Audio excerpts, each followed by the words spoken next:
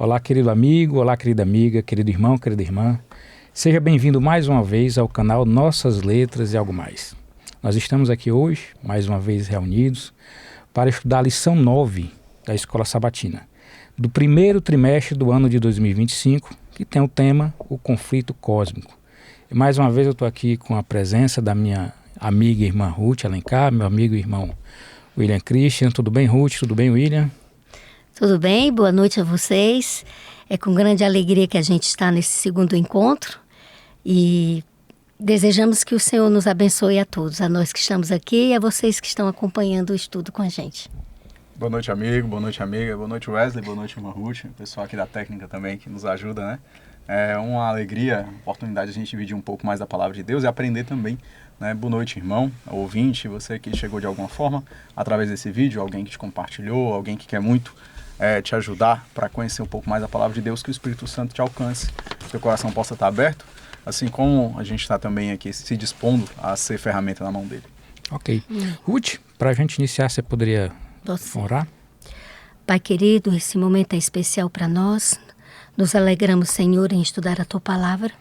Te pedimos que o Senhor nos dê sabedoria e também prepare os corações e as mentes, Senhor, que assistirão, que terão a oportunidade de compartilhar conosco desse momento de reflexão na Tua Palavra. Que tudo seja para a Tua honra e glória. Te pedimos em Teu santo nome, Jesus. Amém. Amém.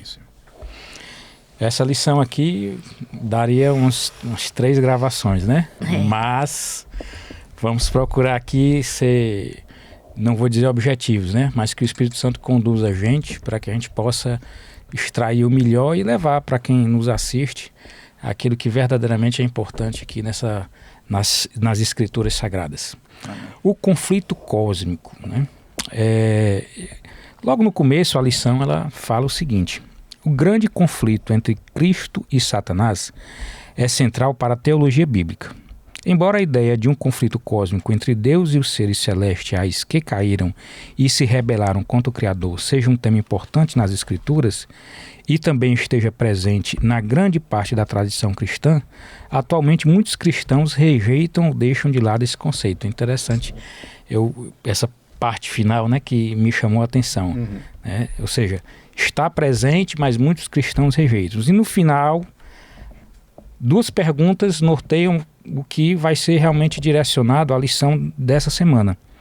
A primeira: que partes das Escrituras ensinam que existe um conflito cósmico entre Deus e Satanás?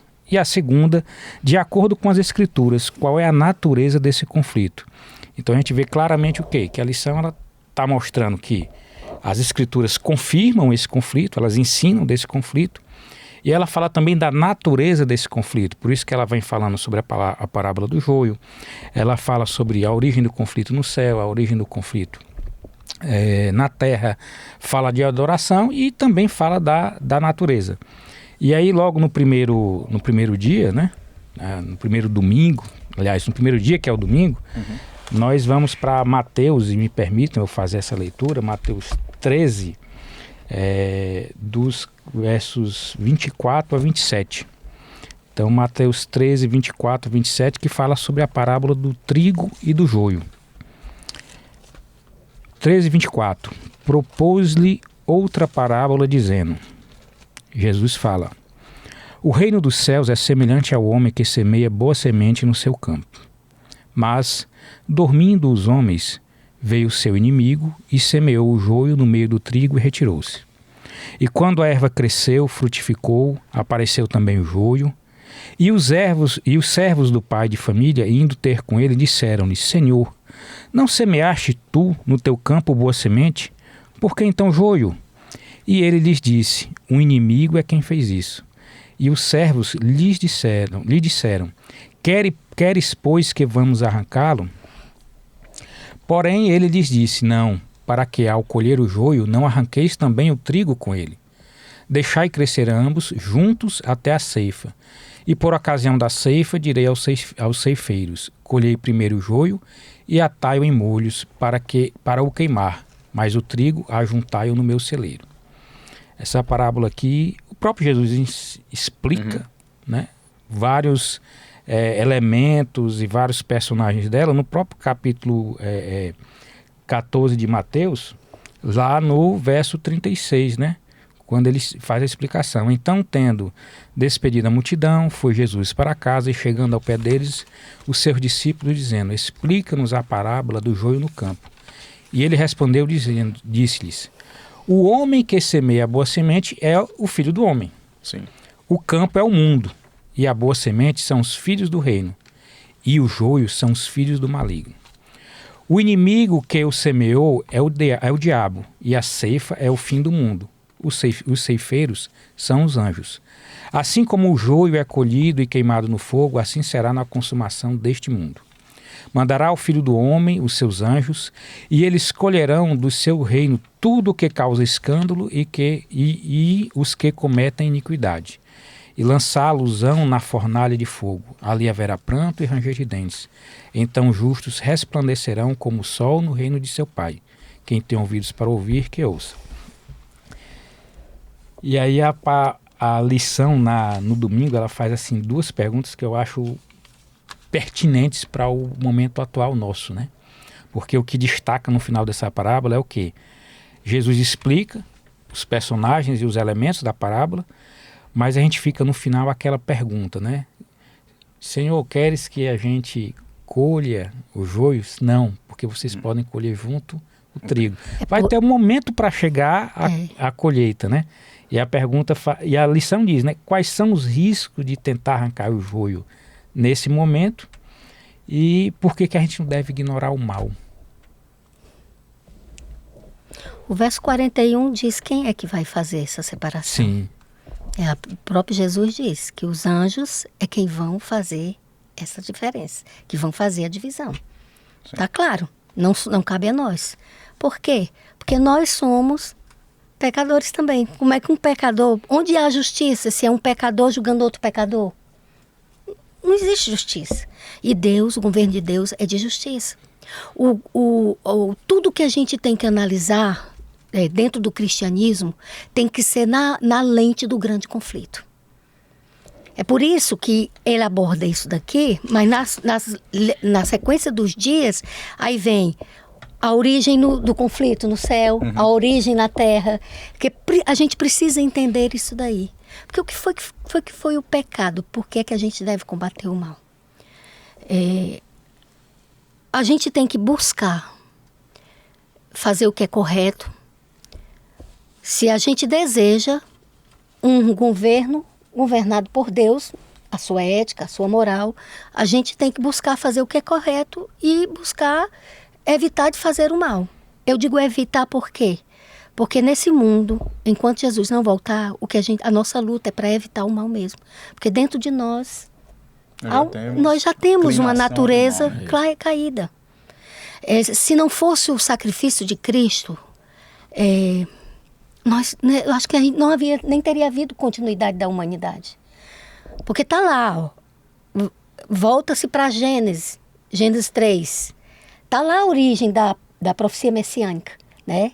Quando acontece a queda, Deus promete que haveria a semente da mulher que geraria um filho e que esse filho é quem iria vencer o mal. É a vitória dele que nos é concedida pela graça. E quando a gente aceita, aí a gente vence também. Eu gosto da colocação que Jesus diz assim, né?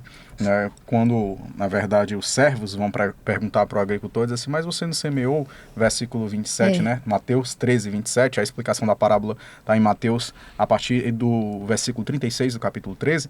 No versículo 27 diz assim, mas você não semeou uma semente boa? Como é que pode ter aparecido joio aqui? Está cheio de joio? Aí a explicação vem no versículo 28. Foi o inimigo que fez isso. O inimigo que fez isso. Se a gente fazer a comparação, né, a vestimenta correta com o Éden, o Senhor fez um Éden bom, o Senhor não fez um mundo bom, o Senhor não fez uma criação boa, o Senhor não fez um homem bom. E quem foi que fez a presença do mal? Quem foi que gerou essa presença do mal? O inimigo foi quem fez isso. Então, a mesma resposta é cabível lá para Gênesis capítulo 3, né, e para Apocalipse capítulo 12, quando a gente vê a citação referente ao conflito cósmico lá no céu e o conflito cósmico quando foi trazido para a Terra. Outro Outro detalhe que eu acho aqui bem pertinente é porque ele diz assim, então vamos tirar o joio? Sim. Vamos tirar o joio. Aí não dá para tirar o joio, porque senão você pode arrancar o trigo. Então, é preciso que o joio cresça para que haja separação. Isso é muito doloroso, que eu vou dizer. Mas, dentro do governo de Deus, quando foi, a gente vai ver um pouco mais na frente, quando foi levantada essa semente do mal, era preciso dar ao mal o desenvolvimento para que ele pudesse, através, vamos dizer assim, da prova de sim e não. O que eu estou dizendo? A prova de sim e não. O bem mostrar que é bem e o mal mostrar que é mal. Todo mundo fica certo de que Deus tinha razão. Então é preciso deixar que o joio cresça para que o trigo também seja poupado. E aqui há uma realidade, nesse verso, ele diz de forma clara por que Deus permitiu, não destruiu, não arrancou o joio, né? Não arrancou o mal, não extirpou o mal. Lá na origem. Já na origem, por que ele não fez isso, né? Ele permitiu o desenvolvimento, né, do processo do mal. Mas também existe uma outra explicação para o nosso momento atual. O que esse texto quer dizer? O mal está entre nós. O mal está entre nós. Daí, e bem próximo, né? E daí é importante que a pessoa que abraça a fé em Deus e na palavra dele tem que abraçar Antigo e Novo Testamento. Porque a Bíblia, ela dá explicação, ela mesma se interpreta. Entendeu? Ela mesma se interpreta. Então você vai procurando na Bíblia a sequência do acontecimento e você vai pegando em vários livros da Bíblia a história do conflito. Não precisa procurar fora. Na própria Bíblia tem. Olha, você vê em Gênesis 3:1-7 a história da queda aqui na Terra. Uhum. Você vai para Jó, você encontra contando o tempo em que ele pôde estar circulando entre os universos criados por Deus, porque é muita tolice achar que Deus só criou isso aqui. Uhum. Deus criou outros mundos, né? Só que não é bichinho verdinho, de anteninha, nada disso. São seres inteligentes, seres do bem. E então Jó conta, né, que no livro de Jó conta que há um momento em que Deus faz uma reunião com os representantes de cada mundo que ele criou e que entre eles aparece quem? Satanás, né? Jó 1:6-7. E quem era esse? E quem era esse rapaz? Você vai em Isaías, você vai em Ezequiel, você encontra falando, né? Richard Davidson, que é um professor do Antigo Testamento lá na Universidade de Andrews, ele tem um artigo muito bom que eu vou colocar o link no vídeo, para o pessoal ler o artigo. Colocar o link, exatamente, né? Vou colocar na descrição. Ele faz um estudo onde ele mostra que na exegética né, da Bíblia, você encontra a explicação, entendeu? Em Isaías e Ezequiel, dessa questão do sobrenatural interferindo na criação de Deus, né? E se você vai então lá, voltando para Jó, quando chega lá, Jó conta que eles estão no encontro e ele diz que estava rodeando a terra. Esse termo rodear a terra na Bíblia, no nosso contexto de terra, né? Os reis, quando queriam ver o seu domínio, eles faziam isso, eles passeavam pelo seu domínio. Então, ele se achava no direito de ter a posse da terra. De reclamar porque o domínio, né? Adão, que foi dado a ele, está lá em Gênesis, diz que Deus manda ele guardar a terra, proteger a terra. Guardar de quê, se não havia mal quando ele criou? Isso. Porque Deus já havia dizendo, existe um inimigo que ronda, Então, quando ele, nesse período aí, ele ainda circulava pelos mundos, fazendo o quê? Contando mentiras. Isaías, quando fala dele, Isaías ou é Ezequiel que ele faz comércio de tiro? É Ezequiel.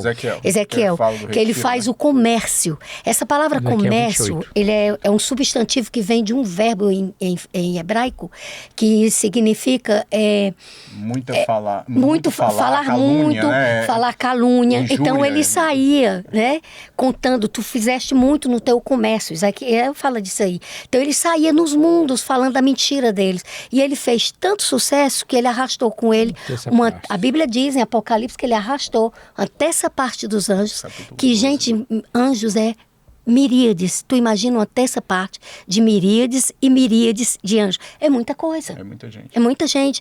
Então ele conseguiu arrebanhar esse pessoal todo. Fora isso, imagine que ele não saiu tentando nos outros mundos. Deus não se...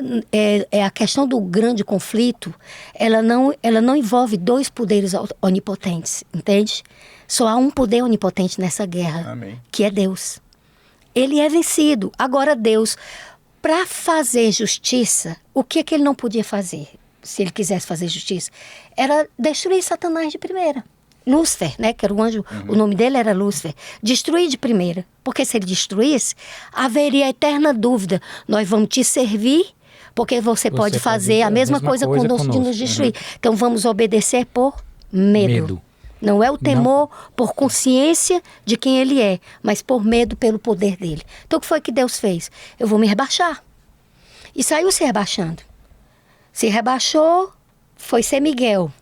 Para que de luta por igual, aí foi quando ele foi expulso de lá. Só que ele foi expulso, ele não foi mandado diretamente para a terra. Porque a terra ainda era um abismo. Quando ele veio tentar Adão e Eva, ele já veio como tentador. A terra foi criada depois do conflito lá no céu. Deus não pode ser impedido no desejo dele. Por que com uma questãozinha dessa que ele pode resolver facilmente, impediria dele criar a terra?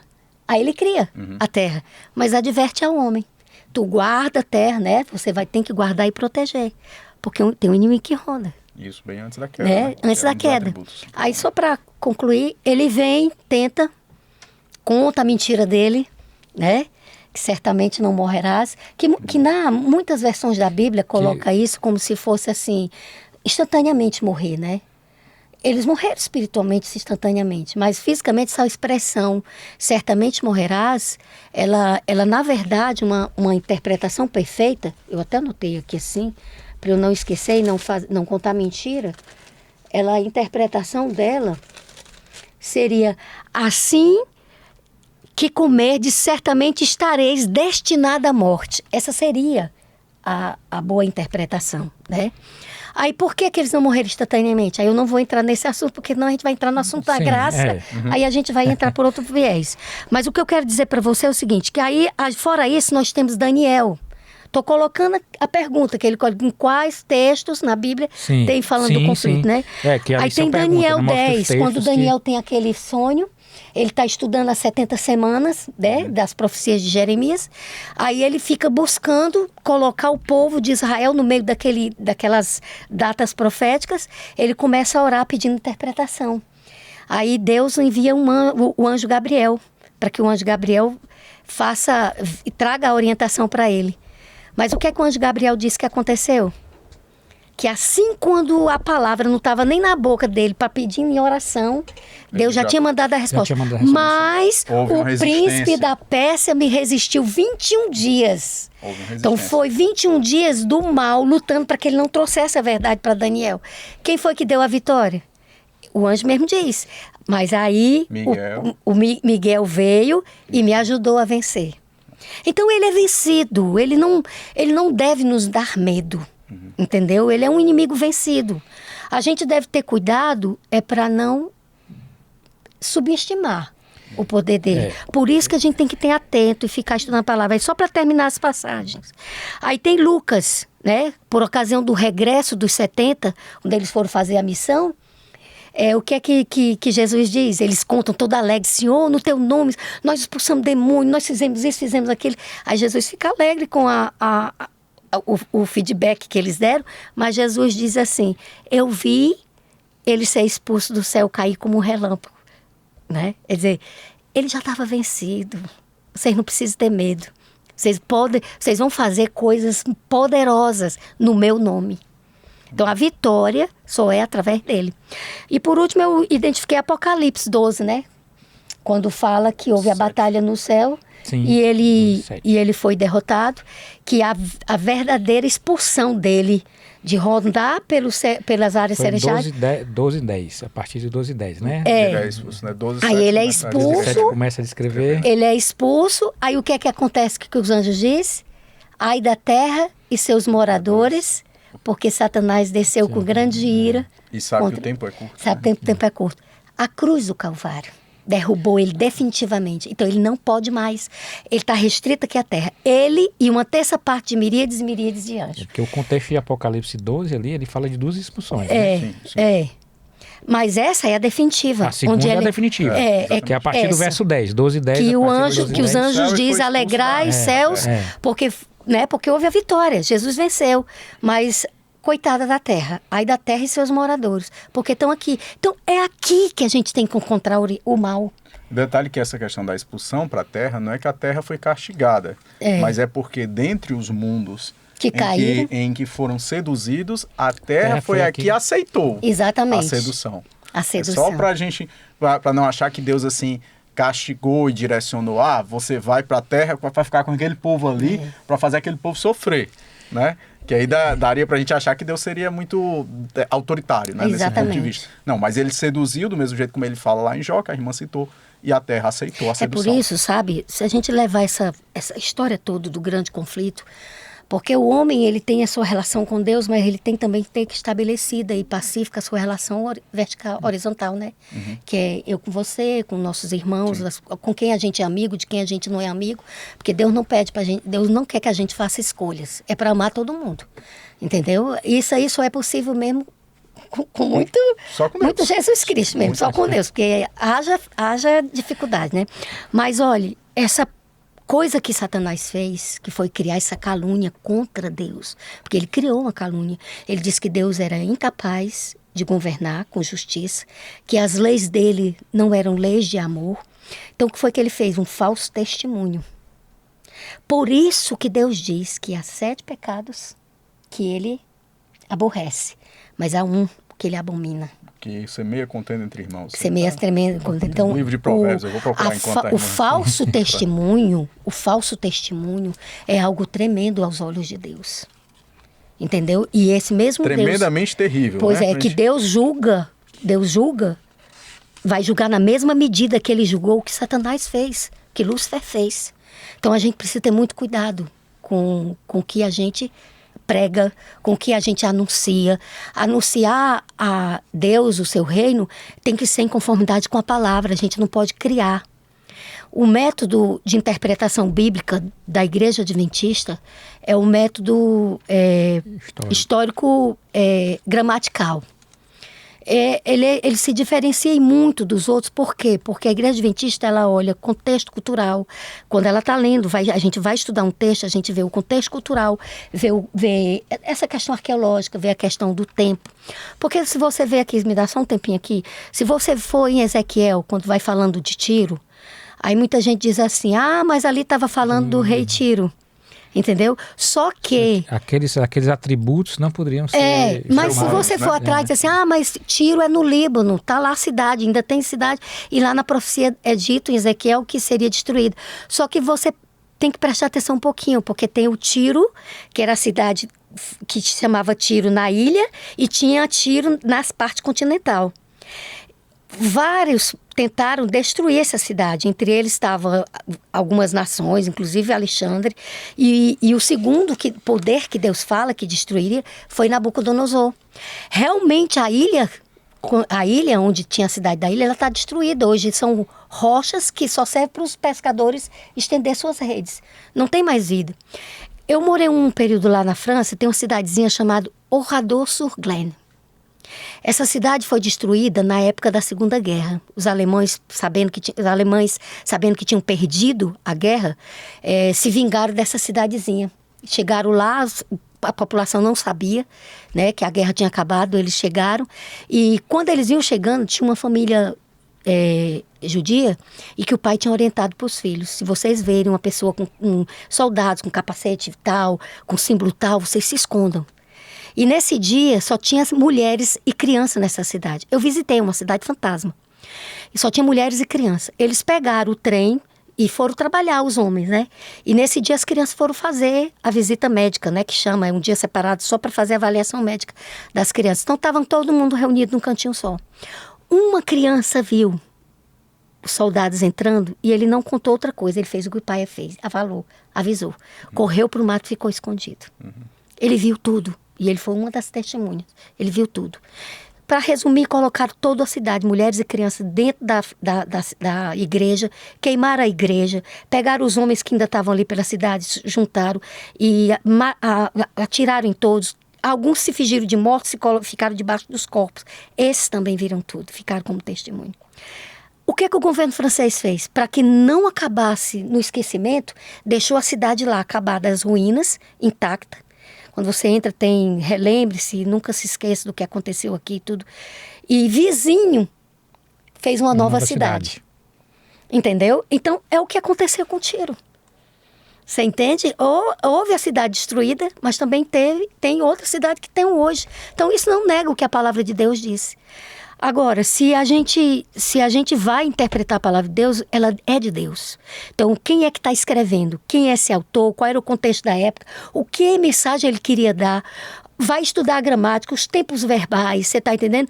Você não tem conhecimento do hebraico, o que é que você faz? Você vai atrás dos eruditos, pessoas que estudaram, você pega vários comentaristas e coloca ali na mesa várias versões da Bíblia e você faz seu estudo. O que você não pode ser leviano, de pegar a palavra do Senhor e você dar a interpretação que você quer. Entendeu? Então, isso entra na questão do falso testemunho.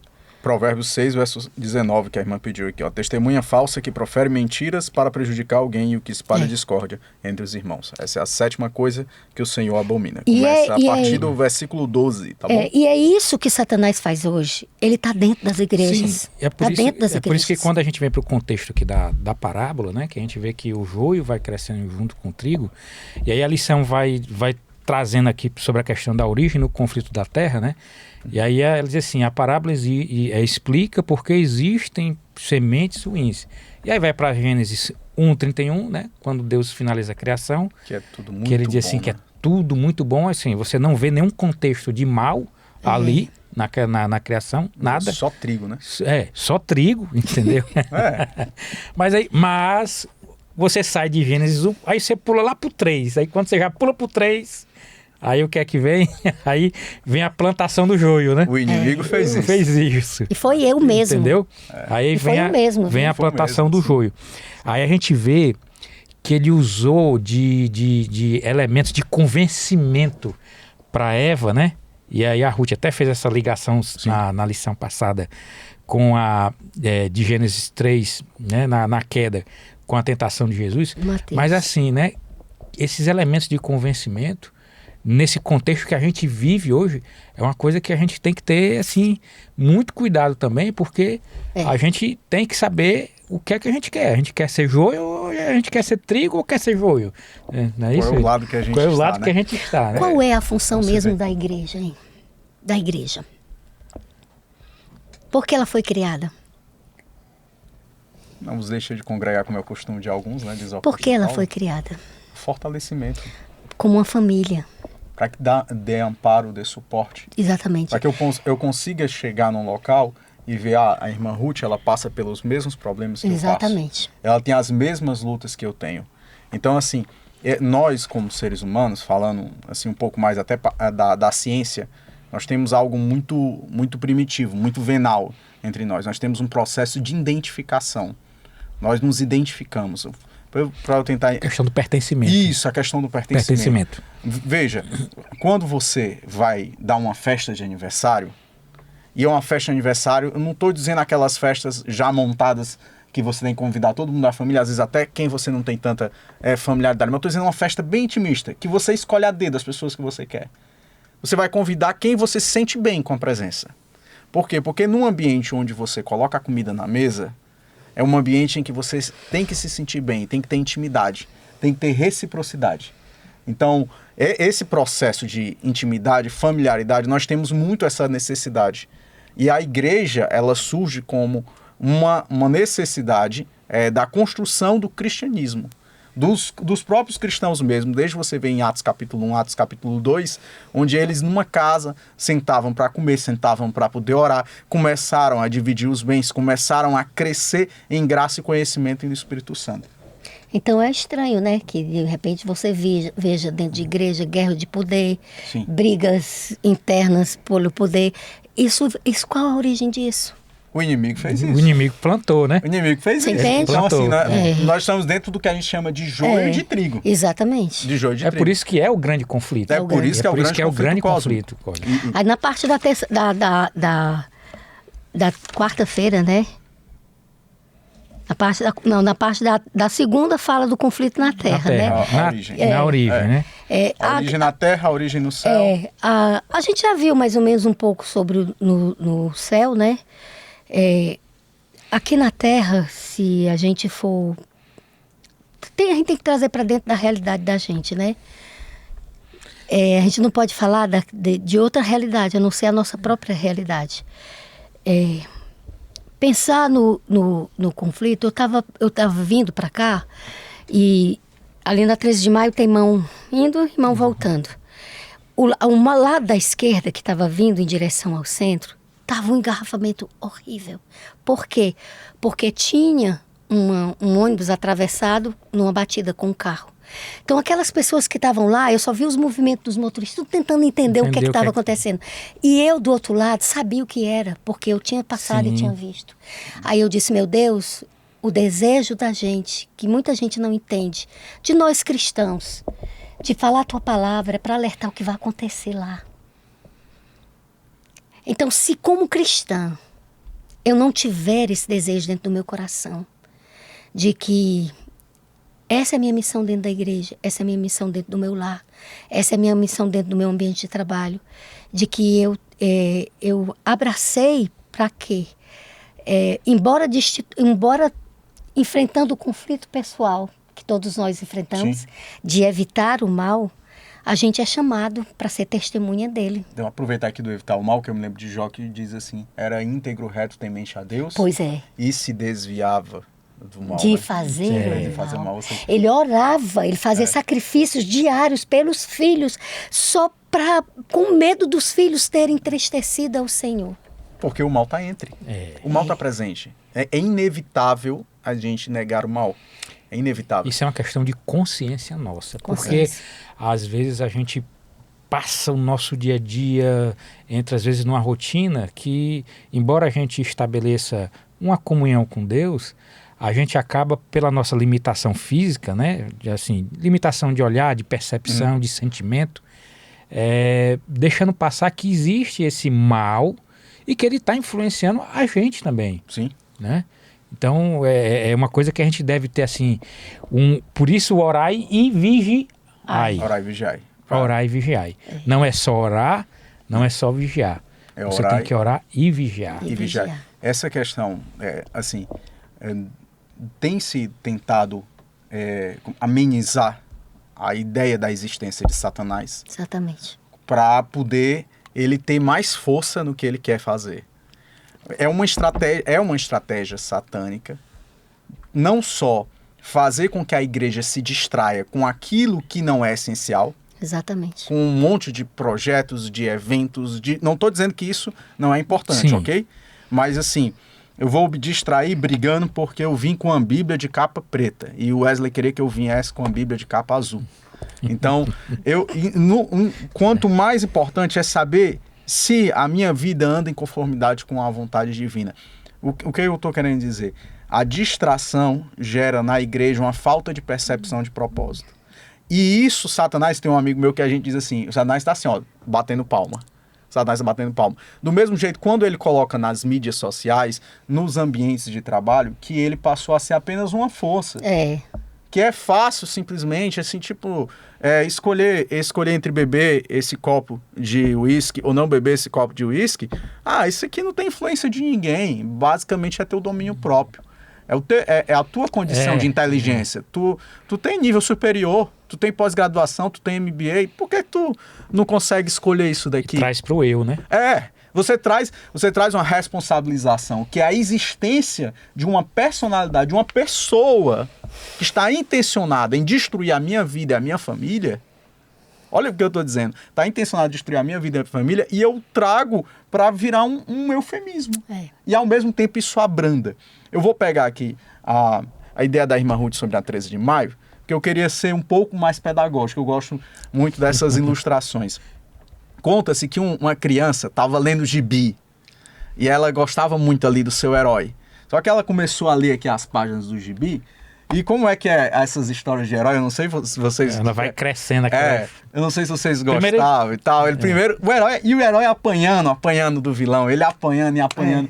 E de repente ela passou pro segundo gibi. E no começo do segundo gibi, o herói também apanhando. E de repente ela ficou assim tão preocupada que o herói tava apanhando, tanto que ela disse assim... Vou ver o final. Segurou aqui, botou o dedinho dela aqui, ó.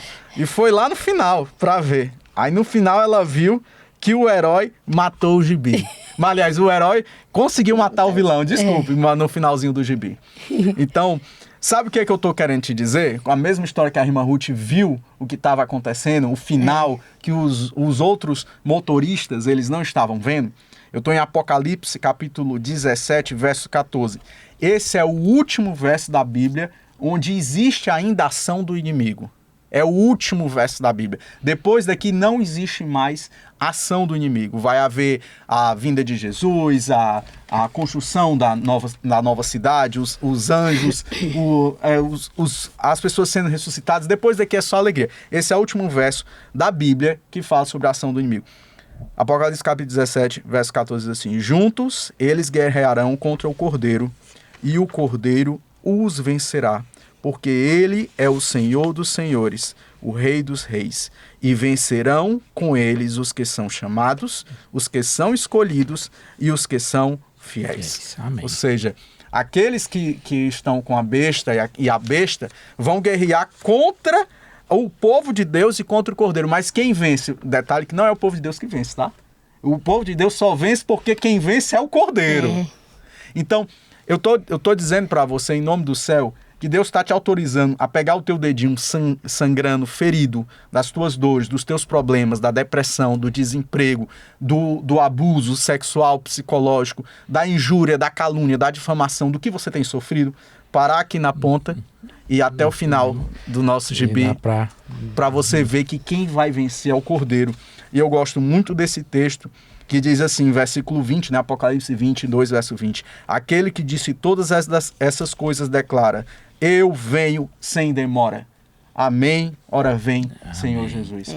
Quem vence é o Cordeiro. Só para a gente poder deixar o coração um pouco mais aquecido. Uma história? Né? Claro, o mal existe, o Cordeiro existe, mas quem vence é o Cordeiro. Não é a história, não. Da semana passada. A da semana passada eu conto outro dia. Eu vou contar aqui uma nova, porque veio aqui. Eu tenho um bocado de história. Uma vez, eu sempre gostei de fazer oração quando eu saio de casa. Eu sempre faço. Mesmo que eu vá na esquina. Eu não saio de casa sem orar. Se a tua presença não for comigo? Exatamente. É desse jeito. Quando eu adotei minha filha, ela me veio com muitas perguntas. E uma delas, ela perguntou assim: mãe, quando eu fui ler a Bíblia com ela de noite, antes de dormir, né? Aí ela disse assim: mãe, por que a gente tem que adorar só a Deus? Por que a gente não pode adorar o diabo? Menina de 5 anos. Aí eu disse assim: você vai ter uma experiência pessoal, porque isso é algo que a gente entende no dia a dia da nossa vida. A gente vai entendendo a grande diferença entre um e outro, né? E eu fiquei pensando, meu Deus, que pergunta complicada dessa menina, assim, para eu explicar de uma menina de 5 anos de uma vez, né? Aí eu pedi a Deus que desse uma experiência a ela. Entendeu? Eu já tinha uma experiência de muitos anos de vida como cristã, de confiança em Deus e tudo. Eu não precisava de uma experiência para mim, eu cria, né? Mas ela precisava crer. De manhã, bem cedo, eu disse: vamos lá no mercantil. Nós vamos a pé, porque é pertinho, a gente vai andando, vai conversando. Escondi, né? O cartão, fiquei com a bolsinha aqui para disfarçar que era do ladrão, né? Quando eu cheguei na esquina, eu tinha feito a oração. Eu cheguei na esquina, minha mente veio com essa notícia: ore, ore. Numa ordem. E eu simplesmente ali mesmo juntei ela para perto de mim e disse assim: vamos orar aqui? Me deu uma vontade de orar. Juntei e a gente começou a orar. Na rua mesmo, tá? Fiz a minha oração. Andando não, eu parei ali e fiz minha oração. Parou porque tinha... A ordem era muito forte. A ordem, né? muito forte. Ore. Foi desse jeito, ore. Aí eu andei, atravessei a pista. Quando eu estava já para dobrar a esquina, e nesse caminho que eu ia dobrar, era uma comunidade muito pobre, né? Sim. Mas a gente que é do bairro, a gente conhece, a gente transita sem problema nenhum. Eu ouvi umas pisadas atrás, como se fosse correndo. Eu me virei. No que eu me virei, o meu movimento foi o quê? Botar a menina atrás de mim. Me virei. Eu fiquei de cara, assim, com um garoto com seus 16 anos, 17, mais um outro menino menor. Esse menino tinha tanto ódio no olhar, eu peguei ele de surpresa. Ele ia me pegar de surpresa, mas só que eu fui quem surpreendi. Me dei de cara, assim, com ele. Aí ele olhou pra mim e disse assim, tá pensando o quê? Aí eu disse, nada. Aí botei a menina, tô pensando nada. Me virei, dei as costas pra ele e continuei. Ele ficou, isso era 9 horas da manhã. Ele ficou aos gritos na rua dizendo, eu vou te matar, eu vou te matar, eu vou te matar. Era só o que ele dizia. Eu vou te matar. Aí eu vi quando ele correu pra dentro da comunidade. Aí eu disse, ele vai mesmo, ele vai pegar a faca. Aí eu peguei a menina, aí eu disse assim, nós não vamos pra lá não, porque ele vai pegar a gente ali na esquina. Corri, procurei um canto assim, não tinha um ônibus que viesse, eu fui pra dentro de uma farmácia. Aí cheguei pro dono da farmácia e disse, o senhor vai ali pra porta. Eu cheguei desse jeito pro homem. Meu senhor, o senhor vai ali pra porta, o senhor fica ali em pé, faça de conta, não tem cliente, eu vou me esconder de trás do balcão. Aí o homem disse, por quê? Eu disse, porque tem um rapaz ali que me ameaçou, ele quis me assaltar, e não foi possível, e ele tá com raiva. Quando o homem olhou, disse, minha senhora, vem 3 ali juntos. Ele se juntou mais dois homens adultos. E ele tá olhando de um canto pro outro. Disse, não se preocupe, fica aí na porta, faça de conta que não tem ninguém aqui. O balcão do homem era todo de vidro. Quem passava, olhasse, me via, tô ali acocorada com a menina, e a menina chorando. E eu disse pra ela, não se preocupe. E eu não tinha me lembrado da história de ontem à noite. Eu disse pra ela, minha filha, não chore, fique quietinha, a gente vai dar tudo bem. O rapaz vai avisar quando vier um ônibus, a gente pega o ônibus, vai de ônibus. Eles passaram, eu vi quando eles passaram, não olharam para dentro da farmácia, nem falaram com o homem, seguiram. Aí o senhor da farmácia me disse, senhora, eu vi um ônibus ali, corra. Aí eu disse, eu vou conversar com o motorista, porque nem o trocado que eu tenho aqui não dá nem para passar. Já entrei, né? Entrei dentro do ônibus, eu disse, moço, eu vou pegar esse ônibus, vou descer ali na próxima parada, mas eu vou só no supermercado ali. É porque eu quis fugir de um rapaz que quis me assaltar. Ele disse, não, tá certo, pode ficar aqui. Aí desci e fui pro supermercado. Quando eu voltei, chamei um táxi e voltei de táxi, né, com ela.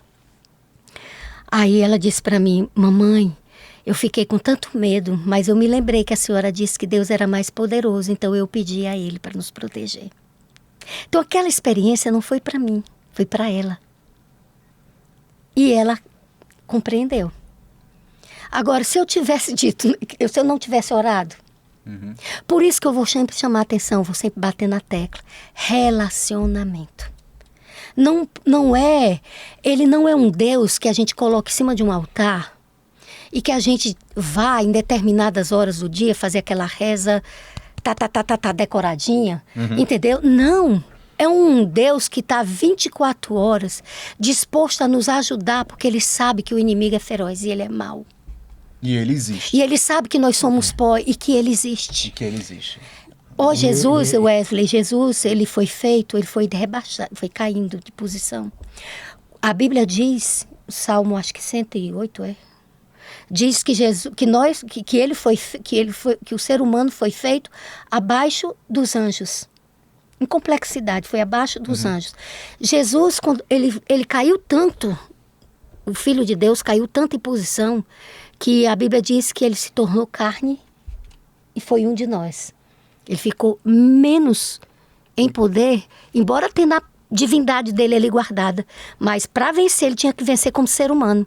Então, como ser humano, ele foi menos do que qualquer anjo no céu. E Lúcifer, ele era querubim. O querubim eram os que ficavam lá no trono, lá na cidade onde Deus habita.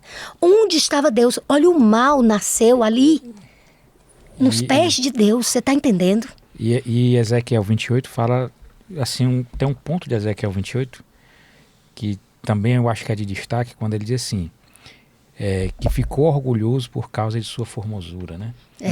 Então, você vê o sentimento...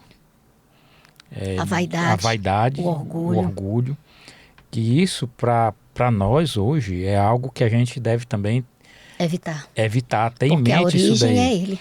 Porque a lição continua depois que ela fala da origem do mal na terra, da origem do mal no céu, fala da questão de adoração. Sim.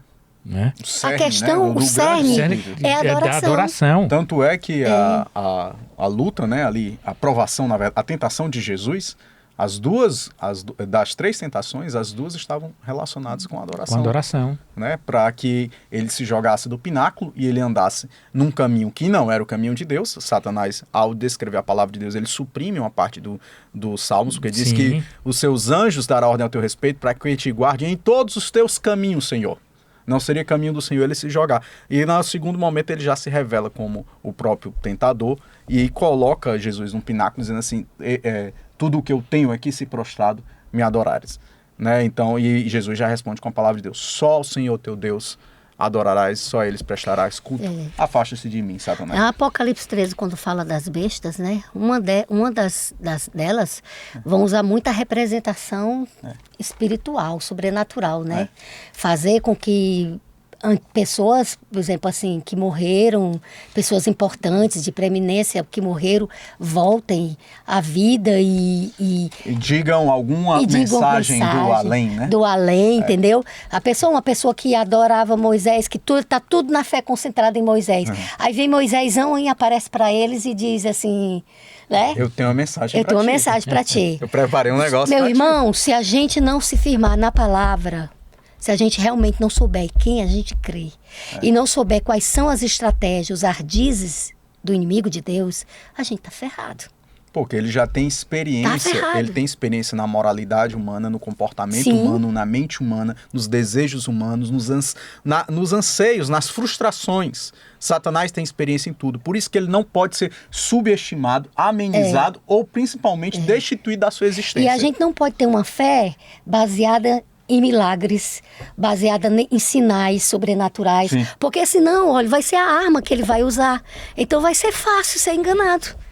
Quem tem uma fé baseada nisso, em cura, em milagres, pode ficar certo de uma coisa. Vai ser muito fácil ser uma presa. Essa fé baseada em cura e essa fé baseada em milagres é uma fé de amuleto. É a mesma fé baseada nessa ideia de que se eu pegar esse copo aqui de vidro e transformar em determinada estrutura imaginológica, ela pode me abençoar.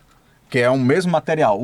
O artífice olha para o material e diz, farei, tem um texto desses lá de Ezequiel, Isaías, dizendo, o artífice olha para o material e diz assim, farei uma estrutura para poder eu adorar. Né? Como o bezerro, né? O bezerro de ouro, que foi algo feito pelos próprios israelitas para que eles pudessem adorar, para que eles pudessem estar ali em comum acordo com a cultura mesopotâmica, aquela cultura da região que eles aprenderam. Quando eu era criança, eu já tinha uma indagação, eu sempre gostei muito de matemática, eu tinha uma indagação muito pertinente. Se no mundo onde não existiu mal, surgiu tudo isso e a gente está numa situação terrível, tendo que experienciar o mal, que é essa situação que a gente está crescendo junto com o joio, por que isso não vai acontecer uma segunda vez? Ou melhor, será que isso não vai acontecer uma segunda vez? Será que quando for resolvido todo o problema do mal, do pecado, do pecador, e quando a gente estiver na nova terra, vai alguém lá, quem sabe, né, um anjo ou então um outro ser que a gente não conhece, vai ter uma ideia miraculosa, sei lá, mirabolante, melhor dizer assim, de querer fazer, eu vou me rebelar contra Deus? Será que isso vai ser possível de existir ou isso não vai ser possível de existir? A palavra de Deus responde isso em Malaquias capítulo 4, versículo 1, que diz assim, atenção, proclama o Senhor dos Exércitos, o dia do julgamento se aproxima, queimando como uma fornalha, ou seja, urgência. Os orgulhosos e os maus serão queimados como a palha, serão completamente destruídos como árvore queimada, das raízes até os ramos. Mas para vocês, os que me obedecem, nascerá o sol da justiça trazendo cura em seus raios. Vocês serão curados e saltarão de alegria, como bezerros soltos no pasto, e pisarão os perversos como se eles fossem cinza debaixo dos seus pés, diz o Senhor.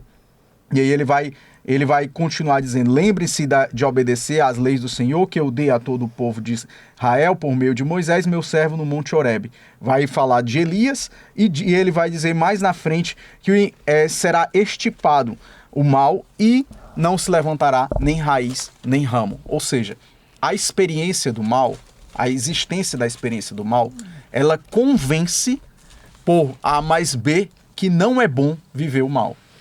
Então, todos os seres que vão estar na nova terra, no novo momento, no mundo já recriado, diferente de Adão e Eva, que não tinham a experiência do mal, eles só tinham a experiência do bem, eles vão Sim. saber o que é um homem abusar de uma criança. Eles vão saber o que é um homem abusar de um animal. Eles vão saber o que é um pai matar uma filha, o que é uma filha matar um pai, o que é alguém desviar dinheiro da verba de crianças que não têm o que comer em casa porque quer ganho próprio. O que é fraudar um documento para sair beneficiado. O que é mentir. Olha, Jesus diz assim, vocês têm por pai o diabo, porque vocês gostam da mentira. Gente, socialmente, no mundo que a gente vive, a mentira é algo de conveniência. É, de conveniência. É o politicamente correto. É o politicamente correto. Não vou poder ir pro teu aniversário porque eu tô com dor de barriga. Olha que coisa elegante do que dizer assim, não vou porque eu não gosto de você. Exatamente. Não é isso? É. O correto é dizer assim, não vou... Você me convidou pro teu aniversário, cara, mas eu nem me sinto bem, eu nem gosto de ti. Wesley, eu não sou nem teu amigo. Não, mas é porque eu estou com dor de barriga. Aí o Wesley já fica, olha, mas tá com dor de barriga, então melhoras pra você. Então fica aquela situação, mas não entende que mentir é tão grave quanto qualquer uma das outras coisas.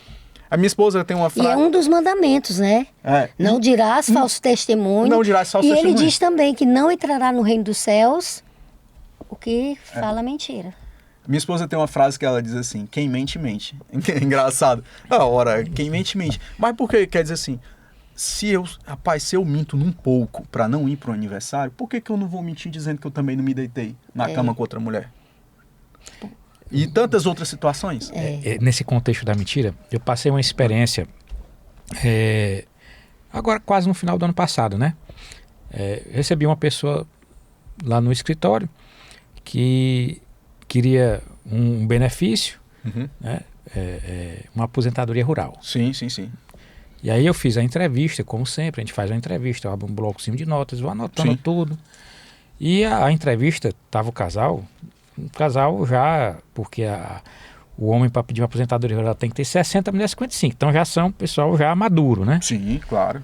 E extremamente convincente no que eles estavam apresentando, levaram documentos e tudo. E óbvio que eu tinha que acreditar no que eles me passaram. Então eu dei entrada no pedido, que já tinha sido negado a primeira vez, aí fiz o pedido judicial, aí o juiz marcou uma audiência.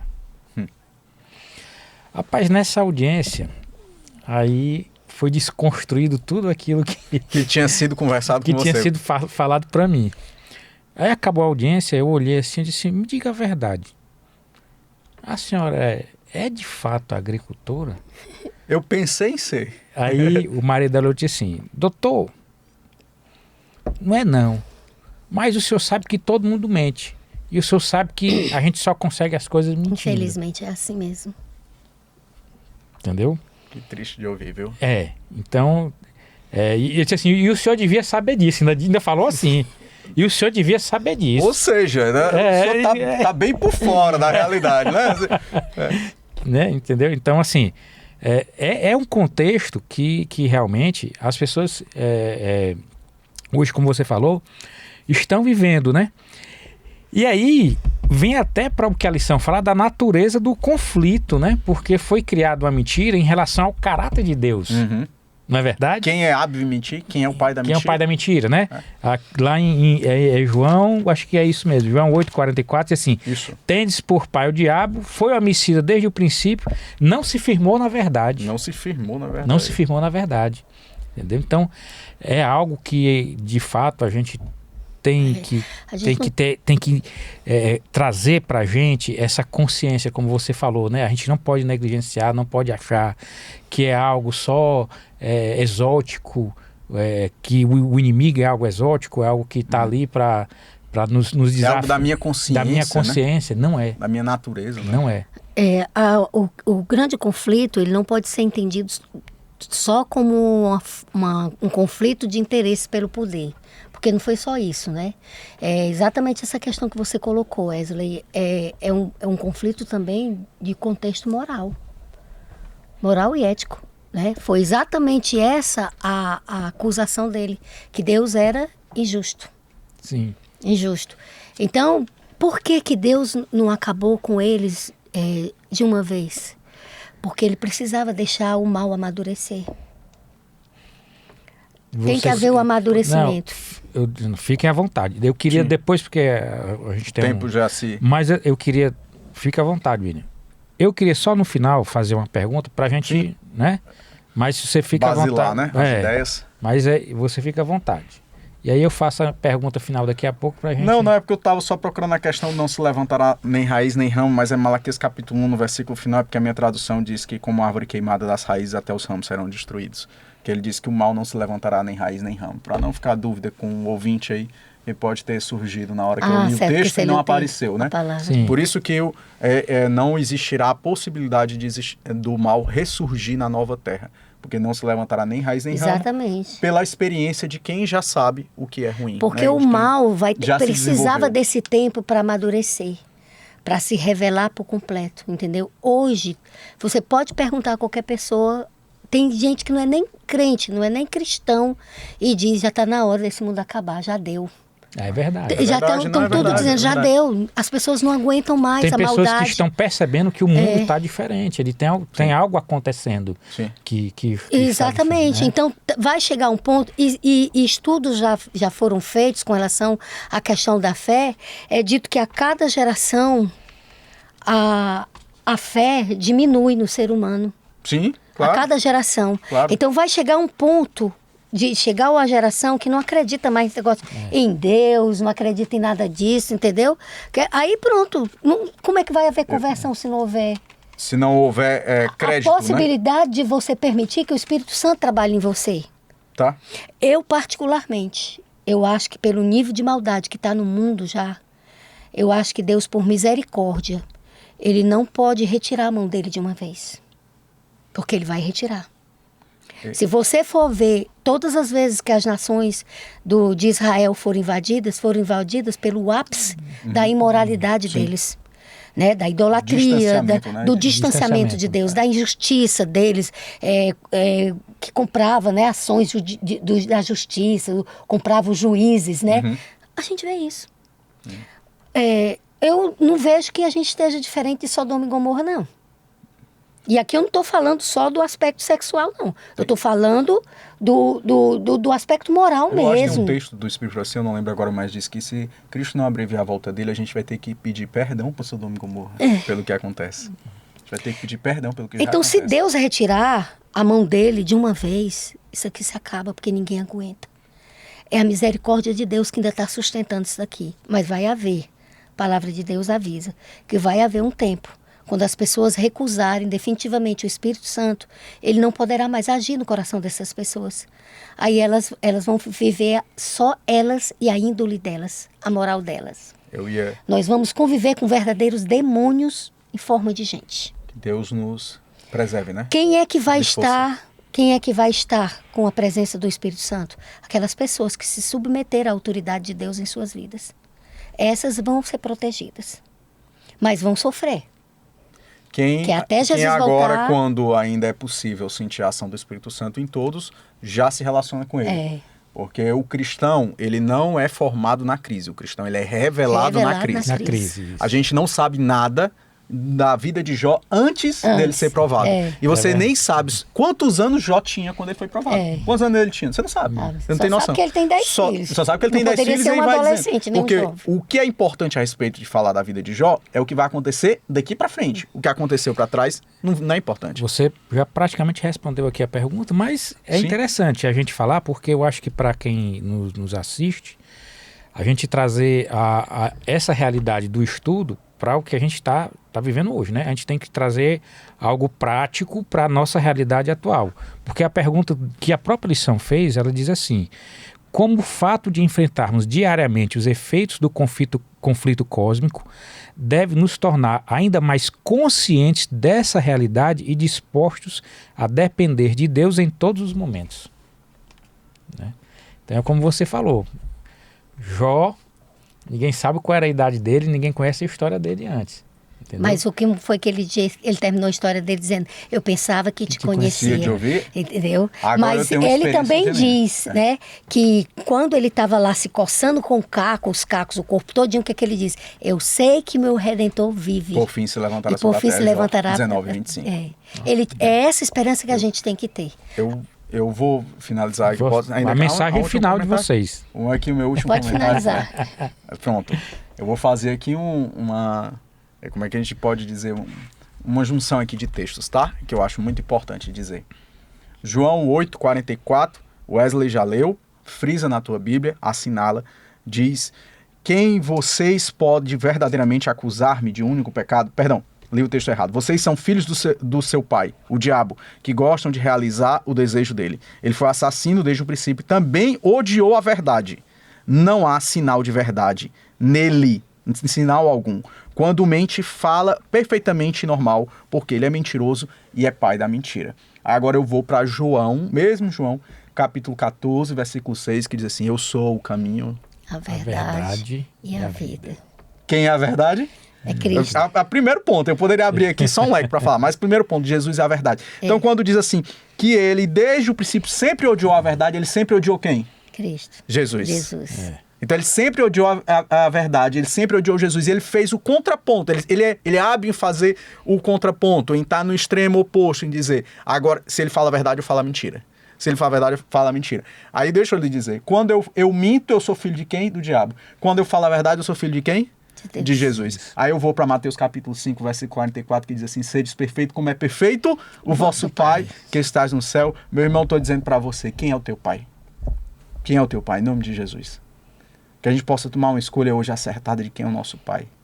Não minta, porque quem mente, mente. Não minta por causa de um copo, não minta por causa do trabalho, não minta por causa do aniversário, não minta por causa da empresa, não minta na igreja. Ai, meu Deus, mentir na igreja não dá. Essa daí não dá nem para poder dizer. Não minta. Mas não existe. minta. Não minta. Jesus não mentia. Quem mente faz o que o diabo faz. E eu não quero ser parecido com o diabo, eu quero ser parecido com Jesus. Então, se Jesus é a verdade, ele falava a verdade, eu tenho que ser parecido com meu pai. Meu pai é perfeito. Ele se sente perfeito, ou seja, se pareça com seu pai, haja conforme seu pai é. É o meu pai que está nos céus, é o teu pai. Amém. E eu só finalizo com uma coisa só, dizendo que ele já venceu o mundo. Amém. Ele já venceu e essa vitória, ela nos foi oferecida, a nós apenas de aceitar. E agora aceitar significa o quê? Ser uma nova criatura. Andar em renovação da mente, aquilo que eu gostava na minha velha natureza, eu passava a aborrecer. Agora, isso não acontece num passe de mágica. Isso é uma história de uma vida inteira, de um processo inteiro de relacionamento com Deus, que a gente vai aprendendo e a gente vai aborrecendo aquilo que Deus aborrece. Aborrece o Senhor.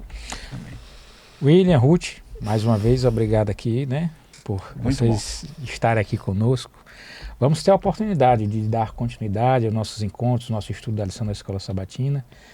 E nós contamos sempre com a presença de vocês aí do outro lado, assistindo os nossos vídeos, comentando, façam seus comentários, é importante para nós, porque a gente vai ter a oportunidade de te conhecer e até poder aprofundar aqui os nossos estudos. Pede para eles sugerirem temas também. Ah, sim, pode sugerir, Ruth. Vocês podem também sugerir temas, pessoal, para estudo. Embora o nosso foco seja a Escola Sabatina, a lição da Escola Sabatina, mas vocês podem sugerir temas e a gente se organiza. Ok, vamos encerrar com uma oração? Vamos. Amém. Ruth? Tu, que eu já orei, né? É bom para ser diferente. Ser Tá diferente. certo. Vamos orar ao Senhor. Bom e eterno Deus, graças te damos porque a tua presença esteve conosco e nos conduziu a entender um pouco mais das verdades bíblicas, de quem é o Senhor e de quem o Senhor também não é.